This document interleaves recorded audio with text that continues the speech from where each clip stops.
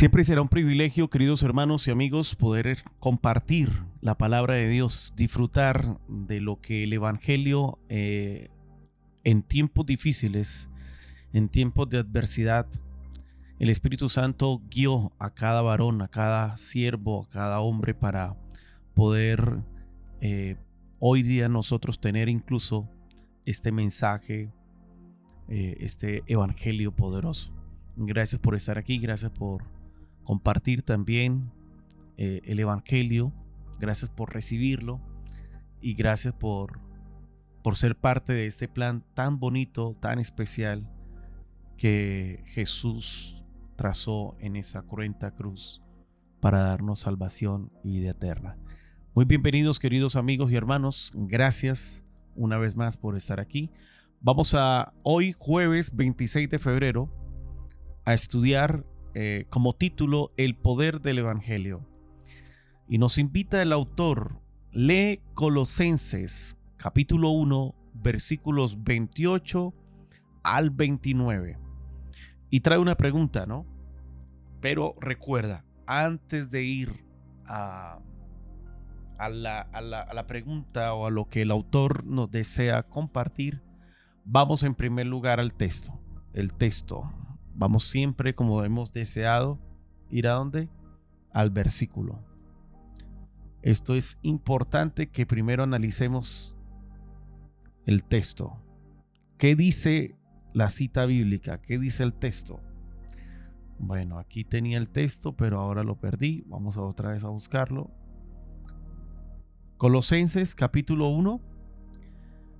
Vamos al versículo 28 y 29.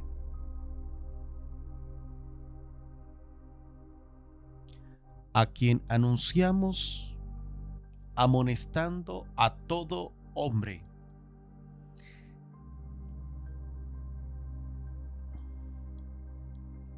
y enseñando a todo hombre en toda sabiduría, a fin de presentar perfecto en Cristo Jesús a todo hombre. Para lo cual también trabajo, luchando según la potencia de Él, la cual actúa poderosamente en mí. Bueno, vamos a analizar entonces este texto. Hoy decidimos darle un enfoque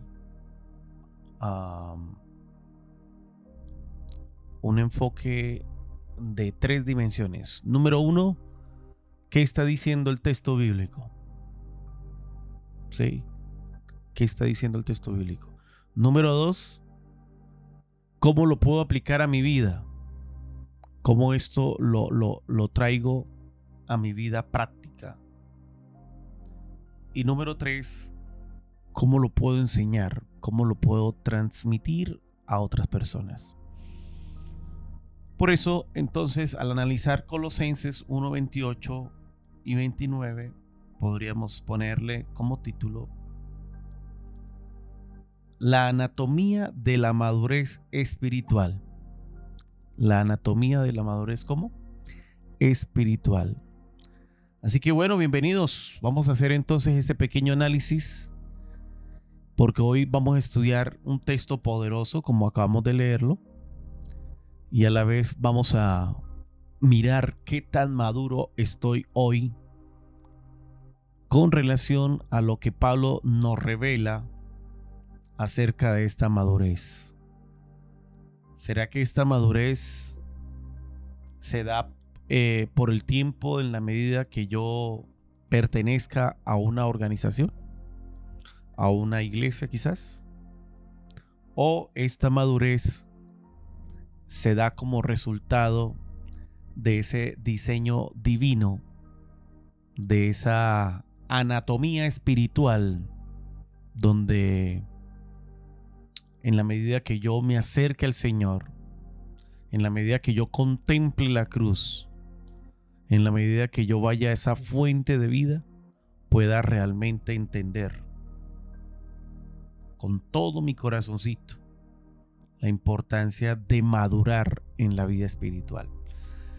Vamos entonces al escenario. El escenario está mostrando el texto que hay el secreto versus la revelación. ¿Qué significa eso? El secreto versus la revelación. Interesante, ¿verdad? Y es que nos vamos a ir al contexto de aquella época. En Colosas estaba sumergida en un misticismo. Había grupos que ofrecían una perfección, pero solo para una élite. ¿Sí? Tenías que hacer ciertos rituales. Era como una especie de club VIP espiritual, ¿sí? Para usted alcanzar esa perfección. Pero la respuesta de Pablo rompe con ese esquema. Él dice, el misterio ya no es secreto. Sí, lo estudiamos ayer. Ha sido finalmente revelado y es accesible para ¿cuántos? ¿Para los judíos solamente? No, es accesible para todos, porque Cristo es suficiente. No necesitas conocimientos ocultos. No necesitas ese panorama del gnosticismo, ¿sí? Para llegar a estar cerca de Dios. No necesitas nada de eso.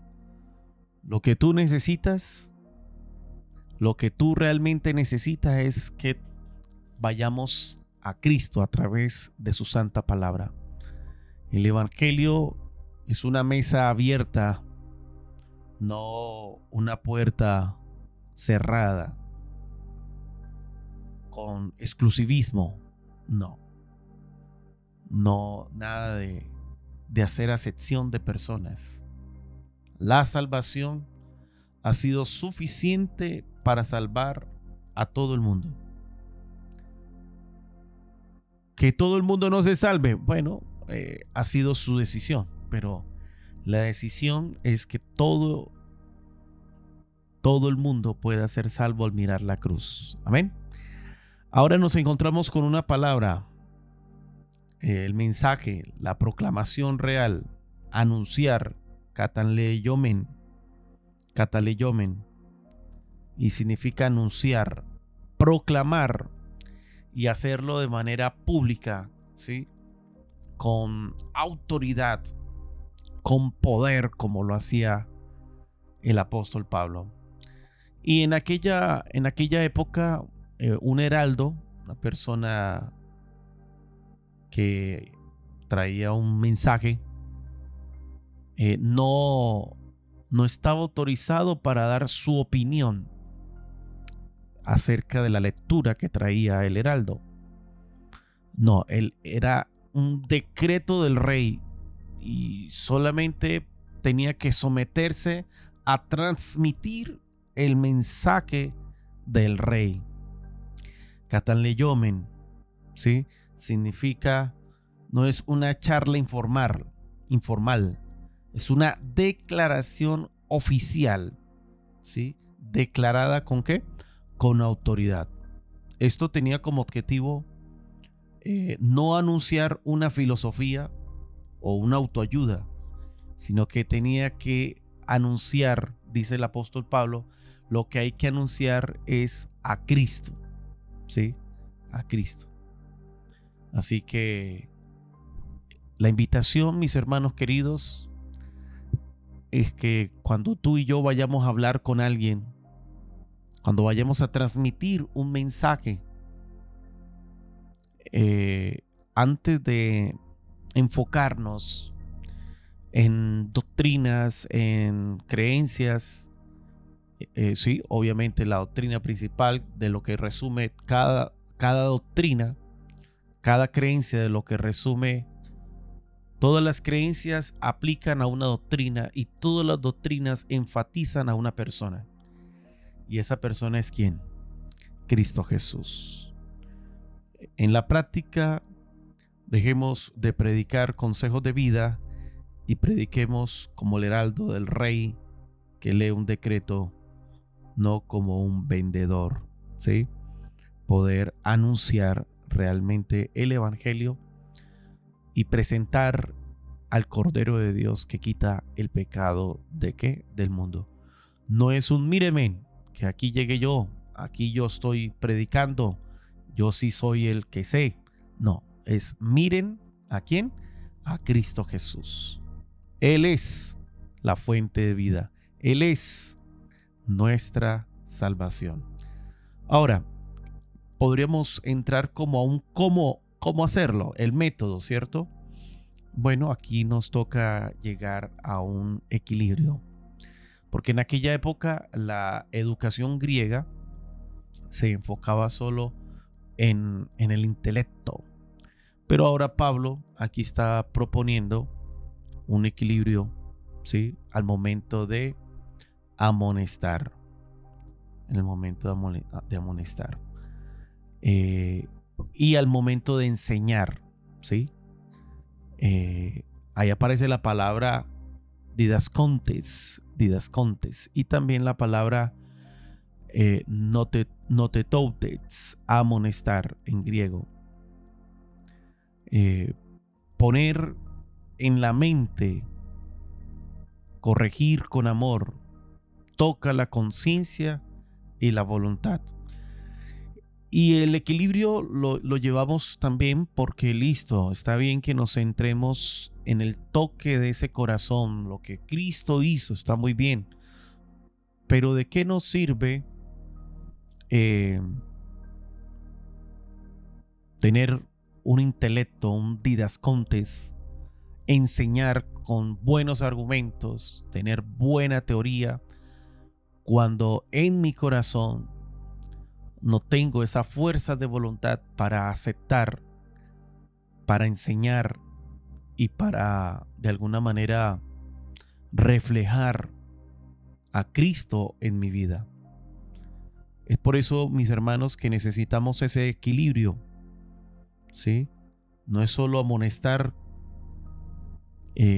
porque esto fomenta lo que es el legalismo, sino que también enseñar con teoría, pero también con la práctica, amonestar con cuidado, explicar cada una de esas enseñanzas. Y algo que quizás debemos estar muy atentos, familia de Dios, es que la familia, ¿sí? El hogar, quizás nos volvemos expertos enseñando a otras personas, pero ¿y qué de nuestros hijos? ¿Qué de nuestro hogar, que es nuestra primera ¿qué? Iglesia? Así que el apóstol Pablo está diciendo que en medio, al momento de amonestar, al momento de enseñar, tengamos ese equilibrio entre el intelecto y a la vez la voluntad para hacer lo que la parte teórica tienes en tu cabecita.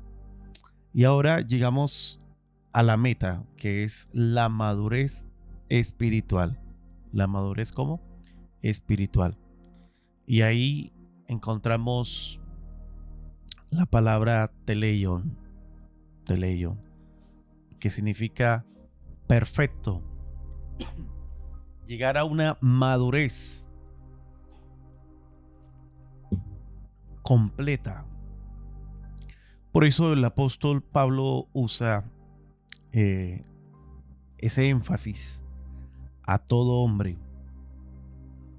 Y al repetirlo, ustedes y yo sabemos que al repetir una misma palabra y tan cerca en un mismo versículo, está dando a entender que esto es un énfasis. Y que el énfasis es que el hombre sea impecable, no, no sin pecado, sino haber alcanzado la funcionalidad completa como un adulto maduro, ¿sí? La meta no es que ustedes y yo podamos llenar sillas tal vez en el templo, sino presentar a todo hombre maduro en Cristo.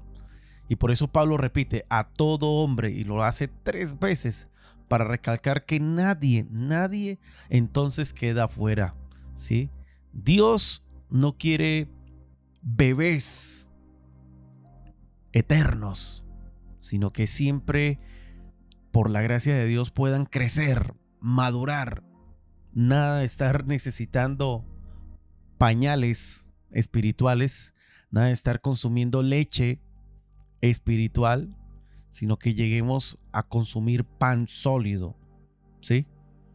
Que lleguemos a ser hombres de gran influencia donde quiera que estemos. Y aquí es donde el Señor nos invita a evaluar nuestro crecimiento. ¿Cómo estoy creciendo realmente en mi fe? Este año 2026, Señor, quiero como meta fortalecer mi vida espiritual. Ok, pero bueno, ¿cómo lo estás haciendo? ¿Cómo estás organizando de manera práctica, concreta, esas metas? Porque está bien que tengas esa meta. Bueno, este año quiero mejorar en mi vida espiritual. Este año sí quiero profundizar en mi experiencia de fe. Ok, está muy bien, pero la pregunta es, ¿cómo estás administrando el tiempo? ¿Cómo está tu agenda? ¿Cómo está el momento cuando decides estudiar la palabra de Dios? Reflexionar antes de descansar, antes de ir a estripar las orejas con tu almohada. Estás dedicando tiempo para profundizar, para leer, para llenar tu mente de conocimiento, llegar a esa madurez universal que es la que quiere Dios para sus hijos, ¿verdad? Esa madurez. Necesitamos convertirnos, hermanos, en líderes pastores que son hombres que anuncian el evangelio, que de alguna manera con su ejemplo, con su vida, muestran al pastor de los pastores, que es Cristo Jesús. Ahora nos encontramos con la palabra fatigarse, la agonía humana, el motor, copio, fatigarse, y también la palabra agonizomenos, luchar. En aquella época, hermanos, los términos copio y agonosimenos describían el agotamiento de un atleta o de un trabajador que solía hacer trabajos manuales. Pero entonces, ¿qué es lo que nos está queriendo decir Pablo? Que el ministerio y la vida cristiana no es un trabajo fácil. Son un trabajo como duro. Y es normal, hermanos, que usted sienta momentos en los que no puede más y como que quiere tirar la toalla. Pero en el nombre del Señor, no tires la toalla y menos baje la guardia. Aunque te sientas cansado, aunque te sientas lleno de fatiga, aunque quizás tú digas, no, esto definitivamente no es para mí, no, cálmate, respira profundo, recuerda que la victoria ya la logró Cristo Jesús en la cruz, y en medio de ese cansancio no es que sea falta de fe, sino que a veces es el resultado de esa obediencia sacrificial, ¿sí? Que queremos honrar el nombre de Dios. Sentimos que de pronto, aunque tratamos de hacerlo mejor y como que no encontramos, entre comillas, el éxito que quizás esperábamos, pero a la luz de la Biblia sabemos que nada, absolutamente nada de lo que usted y yo hacemos a favor de Cristo será en vano, sino que tarde que temprano esa semilla dará su fruto para honra y gloria de Dios. Y menos con sentirse tal vez culpable por estar quizás agotado. Hay que asegurarnos de que ese agotamiento son por las razones correctas, ¿sí? No por el descuido de tu comunión con Dios, porque ahí sí ese agotamiento, mi hermano, mi amigo, lo que sí está causando es el desánimo, ¿sí? Si el agotamiento te está llevando o el cansancio te está llevando a pretender tirar la toalla, no, ese no es lo que el apóstol Pablo está hablando. El apóstol Pablo está diciendo que el esfuerzo humano intenso no es falta de fe. Debe ser todo lo contrario, esa obediencia dispuesta a entregar nuestro yo, de alguna manera colocar y someter incluso nuestras necesidades para que el evangelio avance. Es lo que Pablo nos está transmitiendo en este pensamiento, ¿verdad? Ahora, el motor número dos tiene que ver con la energía divina. La energía divina. Energía en griego. Poder operante, ¿sí? Poder operante. En aquella época, energía se refería, hermanos, a un poder operativo. Algo que está en acción, ¿sí? Pero lo que ahora el apóstol Pablo trata de colocarnos a manera de paradoja, Pablo trabaja hasta la fatiga, en griego copio, pero la energía que quema no es suya, ¿sí? Es decir, que el combustible que se usa no es el nuestro, es la energía de Dios que actúa poderosamente en nuestra vida.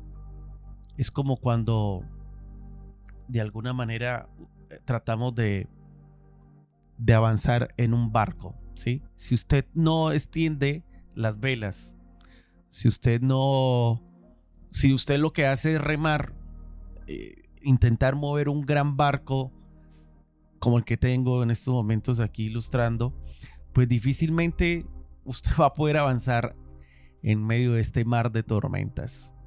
Se necesita extender las velas, se necesita que venga el viento y sople, porque de lo contrario el barco no va a poder avanzar. Entonces el viento, de alguna manera, ese viento invisible que empuja a la embarcación, es esa energía, ese poder.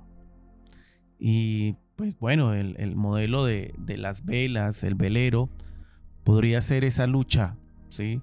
Agonizó menos, ajustar las velas, ¿qué más? Manejar el timón, ¿qué más? Darle dirección ¿a quién? Al barco. Sin viento nos agotamos remando. Sin velas, el viento pasa de largo. Entonces, ¿cómo podríamos decir esto en la práctica? En la práctica sería, no es un 50% yo y un 50% Dios. Es un 100% yo entregado, ¿sí? Un 100% de mi esfuerzo entregado y un 100%, ¿cierto? Del poder de ¿quién? Del poder de Dios. Poder vivir nuestra vida espiritual ajustando nuestras velas cada día a través de las disciplinas espirituales. ¿Cuánto tiempo dedico a la oración? ¿Cuánto tiempo dedico al estudio de su santa palabra? Eso nos va a permitir que el viento, que es la obra del Espíritu Santo, haga su trabajo de cambio, de ese carácter fuerte, de esas palabras, de esas adicciones, de esos paradigmas que traemos o que hemos cultivado o que hemos heredado.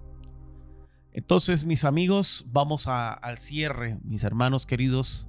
Para concluir, recordemos que estos 4 pilares del ministerio en los que el apóstol Pablo habla deben ser una experiencia práctica en nuestra vida. Número 1, debemos anunciar a toda persona el evangelio.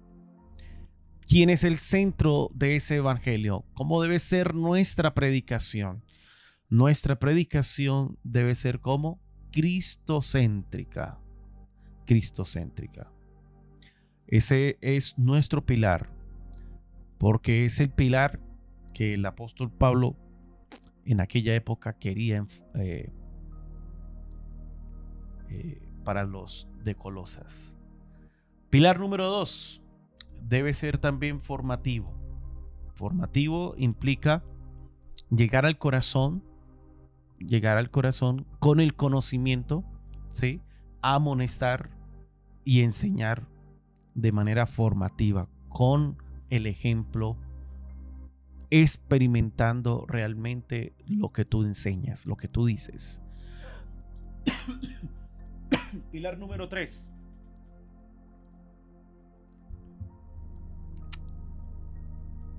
Universal.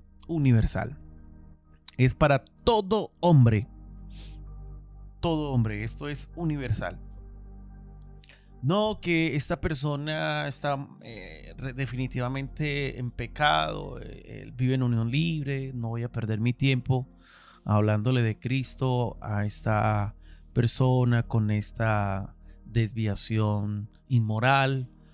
Este tipo es una persona que tiende a irse a las drogas. Esto es un borracho, esta persona no me va a prestar atención. Nada de eso. Toda persona es digna de llegar a comprender lo que Cristo hizo por él. Amén. Y no podemos excluirlas, no podemos rechazarlos. Y el pilar número 4 que hemos podido entender en esta hora es nuestra dependencia. Tenemos que ser dependientes. Para que ese motor funcione, necesitamos de alguna manera el esfuerzo, pero más que nuestro propio esfuerzo, aunque es importante, necesitamos de esa energía divina. Cristo se proclama, Cristo se forma, Cristo es el motor que realmente mueve esta embarcación. Así es, mis apreciados, que es el análisis de Colosenses capítulo 1, versículo 28 y 29. El autor pregunta, ¿cuál es el enfoque de Pablo aquí? ¿Cuál es el enfoque de acuerdo a Colosenses 1, 28 y 29? ¿Por qué crees que el adjetivo todo se repite en 3 ocasiones en diferentes formas? Todos, toda, todo. De paso, esta es una expresión que Pablo suele utilizar en más de un texto, orando con toda oración, en toda súplica, en todo tiempo. Entonces la repetición enfatiza la universalidad y la plenitud del alcance del evangelio.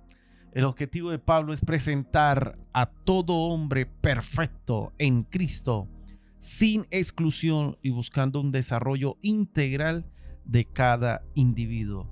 El centro de la predicación de Pablo era ¿quién? Cristo Jesús y este crucificado. 1 Corintios 1:23. Y según Efesios 5:27, el propósito del sacrificio de Cristo es presentarla para sí una iglesia gloriosa, sin mancha, ni arruga, ni cosa semejante, antes que sea santa e inmaculada. Por lo tanto, el objetivo de la predicación del evangelio por parte de Pablo era presentar a todo hombre perfecto en Cristo, según Colosenses 1:28. Lo hace enseñando y amonestando, es decir, exponiendo los diversos puntos de la doctrina y la práctica cristiana, según 2 Tesalonicenses 2:15, Primera de Timoteo 4:11, 5:7 y Tito 1:9. Y advirtiendo acerca de las consecuencias de rechazar el evangelio y de los peligros de los falsos maestros, que al igual que hoy hay muchos enseñando doctrinas de hombres para satisfacer sus vientres.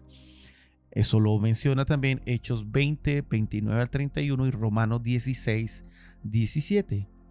Así es como crecemos para convertirnos en cristianos maduros, aceptando las enseñanzas de las Escrituras y prestando atención a sus advertencias.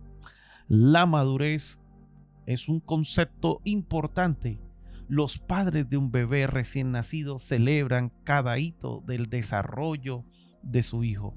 Las primeras palabras, los primeros pasos y las primeras frases leídas. ¿Qué padre no se alarmaría si su hijo no caminara o no hablara después de varios años? El crecimiento y el desarrollo son normales y esperables. Lo mismo ocurre en la vida cristiana. La palabra griega traducida como perfecto, teleios, significa maduro, completo, plenamente desarrollado. A medida que el cristiano crece y se desarrolla espiritualmente, percibe cada vez mejor la profundidad de la ley de Dios y el hecho de que sus requisitos son inmensos. Salmo 119, versículo 96. Y que su jurisdicción se extiende a los pensamientos y las intenciones del corazón, según Hebreos 4:12. De allí que Pablo utilice la palabra amonestando o aconsejando en Colosenses 1:28. Pues hay camino que parece derecho, pero al fin conduce a la muerte, según Proverbios 14:12. El discernimiento espiritual proviene del conocimiento de la palabra de Dios y de la dirección del Espíritu. Las falsas enseñanzas suelen tener algo de verdad, pero añaden o quitan algo que dice la Biblia, según Isaías 8:20. Por eso suelen tener éxito, ya sea haciendo que las personas duden de lo que Dios dice o al menos cuestionando si ello es realmente posible o aplicable a nuestros días. Debemos ser prudentes como serpientes, pero sencillos como palomas a la hora de distinguir entre la verdad doctrinal y el error. ¿Qué significa ser perfecto en Cristo? Colosenses 1:28. ¿De qué manera la comprensión de lo que Jesús hizo por nosotros, en dónde? En la cruz, responde esta pregunta? Ser perfecto en Cristo significa alcanzar la madurez espiritual plena a través de la unión con Él. La cruz responde esto mostrando que nuestra perfección no nace de esfuerzos propios, sino del sacrificio de Jesús, que nos limpia sin mancha ni arruga para presentarnos santos ante ¿quién? Ante Dios. La cruz es el medio que habilita esa transformación y crecimiento. Eso es lo que el autor nos presenta según Colosenses 1:28 y 29. El poder del Evangelio. El poder del Evangelio hace de usted y de mí nuevas criaturas. Amén. Por eso vamos a decirle, Señor, que podamos en este día, a través del conocimiento, de este conocimiento, practicar realmente sus enseñanzas, y ese éxito se logrará solo por la gracia de Dios. Cierra tus ojitos ahí donde estás. Vamos a decirle al Señor: Padre, que este poder, este dunamis de el evangelión, de estas buenas noticias, realmente sean una realidad en mi vida y en tu vida. Querido Dios y tierno Padre, aquí estamos, Señor, creciendo en el conocimiento de tu palabra, con el propósito de madurar en nuestra vida espiritual, no siendo fluctuantes, no siendo llevados por cualquier tipo de viento de doctrina que nos alejen del curso de esta navegación, de este mundo en la que anhelamos que nuestro capitán hoy tome el control de nuestros pensamientos, le dé dirección a través de ese viento que sopla nuestra embarcación y nos lleve, Señor, hacia ese puerto seguro que es tu segunda venida en gloria y majestad a este mundo. Padre bueno, en tus brazos de amor nos encomendamos en este día. Concédenos tu bendición, pues lo rogamos en el nombre de Jesús. Amén. Dios me los bendiga, mis queridos hermanos. Un abrazo enorme de parte de Jesús para cada uno de ustedes. El cielo me los acompañe.